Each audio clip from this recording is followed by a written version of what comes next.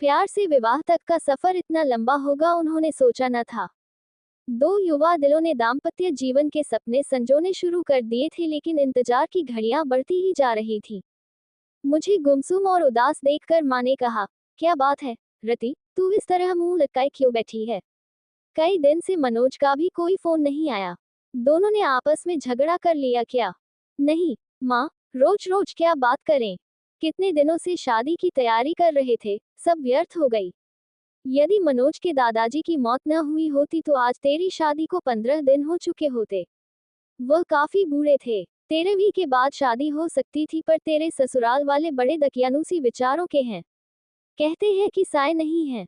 अब तो 5-6 महीने बाद ही शादी होगी। हमारी तो सब तैयारी व्यर्थ हो गई। शादी के कार्ड बन चुके थे। फंक्शन हॉल को, कैटरर्स को, सजावट करने वालों को और भी कई लोगों को एडवांस पेमेंट कर चुके थे। 6 महीने शादी सरकाने से अच्छा खासा नुकसान हो गया है। इसी बात से तो मनोज बहुत डिस्टर्ब है माँ, पर कुछ कह नहीं पाता। बेटा, हम भी कभी तुम्हारी उम्र के थे। तुम दोनों के एहसास को समझ सकते हैं, पर हम चाहकर भी कुछ नहीं कर सकते। मैंने तो तेरी सास से कहा भी था कि साय नहीं है तो क्या हुआ, अच्छे काम के लिए सब दिन शुभ होते हैं, अब हमें शादी कर देनी चाहिए। मेरा इतना कहना था कि वह तो भड़क गई और कहने लगी, आपके लिए सब दिन शुभ होते होंगे, पर हम तो सायों में भरोसा करते हैं। हमारा इकलौता बेटा है, हम अपनी तरफ से पुरानी मान्यताओं को अनदेखा कर मन में कोई वहम पैदा नहीं करना चाहते। रति सोचने लगी कि मम्मी इससे ज्यादा क्या कर सकती हैं और मैं भी क्या करूं। मम्मी को कैसे बताऊं कि मनोज क्या चाहता है। नर्सरी से इंटर तक हम दोनों साथ साथ पढ़े थे, किंतु दोस्ती इंटर में आने के बाद ही हुई थी। इंटर के बाद मनोज इंजीनियरिंग करने चला गया और मैंने भी एससी में दाखिला ले लिया था। कॉलेज अलग होने पर भी हम दोनों छुट्टियों में कुछ समय साथ बिताते थे। बीच में फोन पर बातचीत भी कर लेते थे। कंप्यूटर पर चैट हो जाती थी। एमएससी में आते ही मम्मी पापा ने शादी के लिए लड़का तलाशने की शुरुआत कर दी। मैंने कहा भी कि मम्मी, एमएससी के बाद शादी करना, पर उनका कहना था कि तुम अपनी पढ़ाई जारी रखो, शादी कौन सी अभी हुई जा रही है, अच्छा लड़का मिलने में भी समय लगता है। शादी की चर्चा शुरू होते ही मनोज की छवि मेरी आंखों में तैर गई थी। यूं हम दोनों एक अच्छे मित्र थे, पर तब तक शादी करने के वादे हम दोनों ने एक दूसरे से नहीं किए थे। साथ मिलकर भविष्य के सपने भी नहीं देखे थे, पर मम्मी द्वारा शादी की चर्चा करने पर मनोज का ख्याल आना, क्या इसे प्यार समझूं? क्या मनोज भी यही चाहता है? कैसे जानूं उसके दिल की बात? मुलाकात में मनोज से मम्मी द्वारा शादी की पेशकश के बारे में बताया तो वह बोला, इतनी जल्दी शादी कर लोगी? अभी तो तुम्हें 2 वर्ष एससी करने में ही लगेंगे। फिर कुछ सोचते हुए बोला था, सीधे सीधे बताओ, क्या मुझसे शादी करोगी? पर अभी मुझे सेटल होने में कम से कम 2-3 वर्ष लगेंगे। प्रसन्नता की एक लहर तन मन को छू गई थी। सच कहूं मनोज, जब मम्मी ने शादी की बात की तो एकदम से मुझे तुम याद आ गए थे। क्या यही प्यार है? मैं समझता हूँ यही प्यार है। देखो, जो बात अब तक नहीं कह सका था, तुम्हारी शादी की बात उठते ही मेरे मुंह पर आ गई और मैंने तुम्हें प्रपोज कर डाला। अब जब हम दोनों एक दूसरे से चाहत का इजहार कर ही चुके हैं तो फिर इस विषय में गंभीरता से सोचना होगा। सोचना ही नहीं होगा रति, तुम्हें अपने मम्मी पापा को इस शादी के लिए मनाना भी होगा। क्या तुम्हारे घर वाले मान जाएंगे? देखो, अभी तो मेरा इंजीनियरिंग का अंतिम साल है। मेरी कैट की कोचिंग भी चल रही है, उसकी भी परीक्षा देनी है। वैसे हो सकता है इस साल किसी अच्छी कंपनी में प्लेसमेंट मिल जाए, क्योंकि कॉलेज में बहुत सी कंपनियां आती हैं और जॉब ऑफर करती है। अच्छा ऑफर मिला तो मैं स्वीकार कर लूंगा और जैसे ही शादी की चर्चा शुरू होगी मैं तुम्हारे बारे में बता दूंगा। प्यार का अंकुर तो हमारे बीच पनप ही चुका था और हमारा ये प्यार अब जीवन साथी बनने के सपने भी देखने लगा था। अब इसका जिक्र अपने अपने घर में करना जरूरी हो गया था। मैंने मम्मी को मनोज के बारे में बताया तो वह बोली, वह अपनी जाति का नहीं है, ये कैसे हो सकता है? तेरे पापा तो बिल्कुल नहीं मानेंगे। क्या मनोज के माता पिता तैयार हैं? अभी तो इस बारे में उसके घर वाले कुछ नहीं जानते। फाइनल परीक्षा होने तक मनोज को किसी अच्छी कंपनी में जॉब का ऑफर मिल जाएगा और रिजल्ट आते ही वह कंपनी ज्वाइन कर लेगा। उसके बाद ही वह अपने मम्मी पापा से बात करेगा। क्या जरूरी है कि वह मान ही जाएंगे? मम्मी, मुझे पहले आपकी इजाजत चाहिए। यह फैसला मैं अकेले कैसे ले सकती हूँ? तुम्हारे पापा से बात करनी होगी। उनसे बात करने के लिए मुझे हिम्मत जुटानी होगी। यदि पापा तैयार नहीं हुए तो तुम क्या करोगी? करना क्या है मम्मी? शादी होगी तो आपके आशीर्वाद से ही होगी, वरना नहीं होगी। इधर मेरा MSc फाइनल शुरू हुआ, उधर इंजीनियरिंग पूरी होते ही मनोज को एक बड़ी कंपनी में अच्छा स्लॉट मिल गया था और यह भी करीब करीब तय था कि भविष्य में कभी भी कंपनी उसे US भेज सकती है। मनोज के घर में भी शादी की चर्चा शुरू हो गई थी। मैंने मम्मी को जैसे तैसे मना लिया था और मम्मी ने पापा को, किंतु मनोज की मम्मी इस विवाह के लिए बिल्कुल तैयार नहीं थी। इस फैसले से मनोज के घर में तूफान उठ खड़ा हुआ था। उसके घर में पापा से ज्यादा उसकी मम्मी की चलती है, ऐसा एक बार मनोज ने ही बताया था। मनोज ने भी अपने घर में ऐलान कर दिया था कि शादी करूंगा तो रति से, वरना किसी से नहीं। आखिर मनोज के बहन बहनोई ने अपनी तरह से मम्मी को समझाया था, मम्मी, आपकी यह जिद मनोज को आपसे दूर कर देगी। आजकल बच्चों की मानसिक स्थिति का कुछ पता नहीं चलता कि वह कब क्या कर बैठें। आज के ही अखबार में समाचार है कि माता पिता की स्वीकृति न मिलने पर प्रेमी प्रेमिका ने आत्महत्या कर ली। वह दोनों बालिग हैं। मनोज अच्छा कमा रहा है। वह चाहता तो अदालत में शादी कर सकता था, पर उसने ऐसा नहीं किया और आपकी स्वीकृति का इंतजार कर रहा है। अब फैसला आपको करना है। मनोज के पिता ने कहा था, बेटा, मुझे तो मनोज की इस शादी से कोई इतराज नहीं है। लड़की पढ़ी लिखी है, सुंदर है, अच्छे परिवार की है और सबसे बड़ी बात मनोज को पसंद है। बस हमारी जाति की नहीं है तो क्या हुआ, पर तुम्हारी मम्मी को कौन समझाए। जब सब तैयार हैं तो मैं ही उसकी दुश्मन हूँ क्या? मैं ही बुरी क्यों बनूं? मैं भी तैयार हूँ। मम्मी का इरादा फिर बदले, इससे पहले ही मंगनी की रस्म पूरी कर दी गई थी। तय हुआ था कि मेरी MSc पूरी होते ही शादी हो जाएगी। मंगनी हुए 1 साल हो चुका था। शादी की तारीख भी तय हो चुकी थी।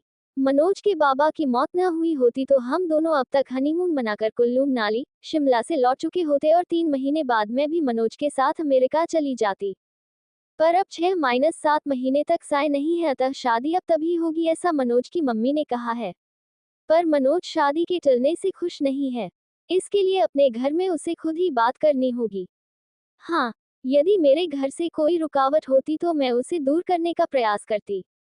पर मैं क्या करूं, माना कि उसके भी कुछ जज्बात हैं। 4-5 वर्षों से हम दोस्तों की तरह मिलते रहे हैं, प्रेमियों की तरह साथ साथ भविष्य के सपने भी बुनते रहे हैं, किंतु मनोज को कभी इस तरह कमजोर होते नहीं देखा।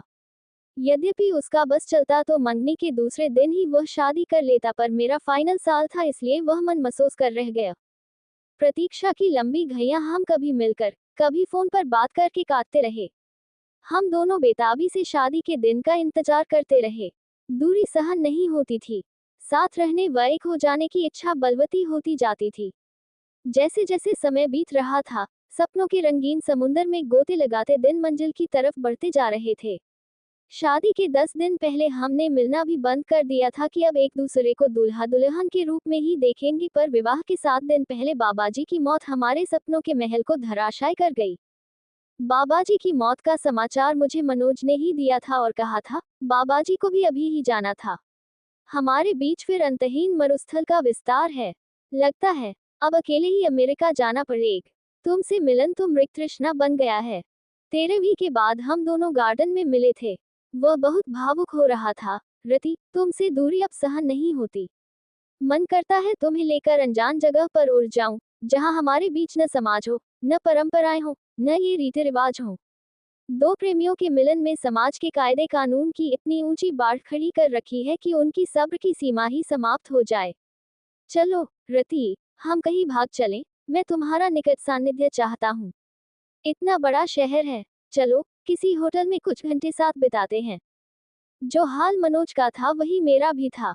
एक मन कहता था कि अपनी खींची लक्ष्मण रेखा को अब मिटा दे, किंतु दूसरा मन संस्कारों की पिन चुभो देता कि बिना विवाह ये सब ठीक नहीं। वैसे भी एक बार मनोज की इच्छा पूरी कर दी तो यह चाह फिर बार बार सिर उठाएगी। नहीं, ये ठीक नहीं। क्या ठीक नहीं, रति? क्या तुमको मुझ पर विश्वास नहीं? पति पत्नी तो हमें बनना ही है। मेरा मन आज जिद पर आया है। मैं भटक सकता हूँ। रति, मुझे संभाल लो। गार्डन के एकांत चुटपुटे में उसने बाहों में भरकर बेतहाशा चूमना शुरू कर दिया था। मैंने भी आज उसे यह छूट दे दी थी ताकि उसका आवेग कुछ शांत हो, किंतु मनोज की गहरी गहरी सांसें और अधिक समा जाने की चाह मुझे भी बहकाए उससे पूर्व ही मैं उठ खड़ी हुई। अपने को संभालो मनोज। ये भी कोई जगह है बहकने की? मैं भी कोई पत्थर नहीं, इंसान हूँ। कुछ दिन अपने को और संभालो। इतने दिन से अपने को संभाल ही तो रहा हूँ। जो तुम चाह रहे हो वह हमारी समस्या का समाधान तो नहीं है। स्थायी समाधान के लिए अब हाथ पैर मारने होंगे। चलो, बहुत जोर से भूख लगी है, एक गर्मा गर्म कॉफी के साथ कुछ खिला दो, फिर इस बारे में कुछ मिलकर सोचते हैं। रेस्टोरेंट में बैरे को ऑर्डर देने के बाद मैंने ही बात शुरू की। मनोज, तुम्हें अब एक ही काम करना है, किसी तरह अपने माता पिता को जल्दी शादी के लिए तैयार करना है, जो बहुत मुश्किल नहीं। आखिर वे हमारे शुभचिंतक हैं। तुमने उनसे एक बार भी कहा कि शादी इतने दिन के लिए न टालकर अभी कर दें? नहीं, ये तो नहीं कहा। तो अब कह दो, कुछ पुराना छोड़ने और नए को अपनाने में हरेक को कुछ हिचक होती है। अपनी इंटरकास्ट मैरिज के लिए आखिर वह तैयार हो गए न, तुम देखना बिना सायों की शादी करने को भी वह जरूर मान जाएंगे। मनोज के चेहरे पर खुशी की एक लहर दौड़ गई थी। तुम ठीक कह रही हो रति, ये बात मेरे ध्यान में क्यों नहीं आई? खाने के बाद तुम्हें घर पर छोड़ देता हूँ। कोर्ट मैरिज की डेट भी तो पास आ गई है, उसे भी आगे नहीं बढ़ाने दूंगा। ठीक है, अब मैरिज वाले दिन कोर्ट में ही मिलेंगे। मेरे आज के व्यवहार से डर गई क्या? इस बीच फोन करने की इजाजत तो है या वह भी नहीं है? चलो, फोन करने की इजाजत दे देते हैं। रजिस्ट्रार के ऑफिस में मैरिज की फॉर्मेलिटी पूरी होने के बाद हम दोनों अपने परिवार के साथ बाहर आए तो मनोज के जीजाजी ने कहा, मनोज, अब तुम दोनों की शादी पर कानून की मुहर लग गई है। रति अब तुम्हारी हुई। ए जमाई बाबू, ये इंडिया है, वह तो वीजा के लिए ये सब करना पड़ा है, वरना इसे हम शादी नहीं मानते। हमारे घर की बहू तो रति विवाह संस्कार के बाद ही बनेगी, मेरी मम्मी ने कहा। वह तो मजाक की बात थी मम्मी, अब आप लोग घर चलें। मैं तो इन दोनों से पार्टी लेकर ही आऊंगा। होटल में खाने का ऑर्डर देने के बाद मनोज ने अपने जीजाजी से पूछा, जीजाजी, मम्मी तक हमारी फरियाद अभी पहुंची या नहीं? साले साहब, क्यों चिंता करते हो? हम दोनों हैं न तुम्हारे साथ। अमेरिका आप दोनों साथ ही जाओगे। मैंने अभी बात नहीं की है, मैं आपकी इस कोर्ट मैरिज हो जाने का इंतजार कर रहा था। आगे मम्मी को मनाने की जिम्मेदारी आपकी बहन ने ली है। इससे भी बात नहीं बनी तो फिर मैं कमान संभालूंगा। हाँ भैया, मैं मम्मी को समझाने की पूरी कोशिश करूंगी। हाँ, तू कोशिश कर ले, न माने तो मेरा नाम लेकर कह देना। आप अब शादी करो या न करो, भैया भाभी को साथ लेकर ही जाएंगे। वाह भैया, आज तुम सचमुच बड़े हो गए हो। आफ्टर ऑल अब मैं एक पत्नी का पति हो गया हूँ। ओके भैया, अब हम लोग चलेंगे। आप लोगों का क्या प्रोग्राम है? कुछ देर घूम घाम कर पहले रति को उसके घर छोड़ूंगा, फिर अपने घर जाऊंगा। मेरे गले में बाहें डालते हुए मनोज ने शरारत से देखा। हाँ रति, अब क्या कहती हो? तुम्हारे संस्कार मुझे पति मानने को तैयार है या नहीं? आंखें नचाते हुए मैं चाहकी, अब तुम 90% मेरे पति हो, यानी 10% की अब भी कमी रह गई है, अभी और इंतजार करना पड़ेगा। उस दिन का मुझे अफसोस है मनोज, पर अब मैं तुम्हारी हूँ। ऐसे ही वीडियो देखने के लिए हमारे चैनल को लाइक एंड सब्सक्राइब करें। Thanks for watching.